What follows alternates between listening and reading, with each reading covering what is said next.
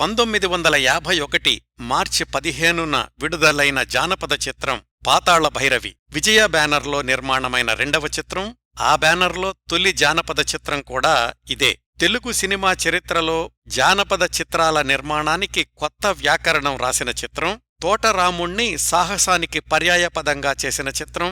NT రామారావుని NT ఓడుగా మార్చిన చిత్రం పాతాళ భైరవి. దర్శకత్వం చేసిన కెవి రెడ్డి గారిని, కథా మాటలు పాటలు రాసిన పింగళి నాగేంద్రరావు గారిని, ఛాయాగ్రహణ విభాగాన్ని నిర్వహించిన మార్కస్ బార్క్లే గారిని, దాదాపు ఈ సినిమాలో నటించిన, నిర్మాణంలో పాల్గొన్న ప్రతి వారిని మరొక స్థాయికి తీసుకెళ్లిన చిత్రం పాతాళ భైరవి. పింగళిగారు రాసిన మాటలు తుపాకీ తోటాల్లా పేలాయి. ఆయన రాసిన పాటలు ప్రేక్షకుల నాలుకల మీద నర్తించాయి. ఘంటసాలగారు సంగీత దర్శకత్వం వహిస్తే మాస్టర్ వేణుగారు ఆర్కెస్ట్రా విభాగానికి నిర్వాహకుడిగా పనిచేశారు. తోటరాముడిగా ఎన్టీఆర్, నేపాళ మాంత్రికుడిగా ఎస్వి రంగారావు గార్లు పోటాపోటీగా నటిస్తే రాజకుమారి పాత్రలో కనిపించింది మాలతి.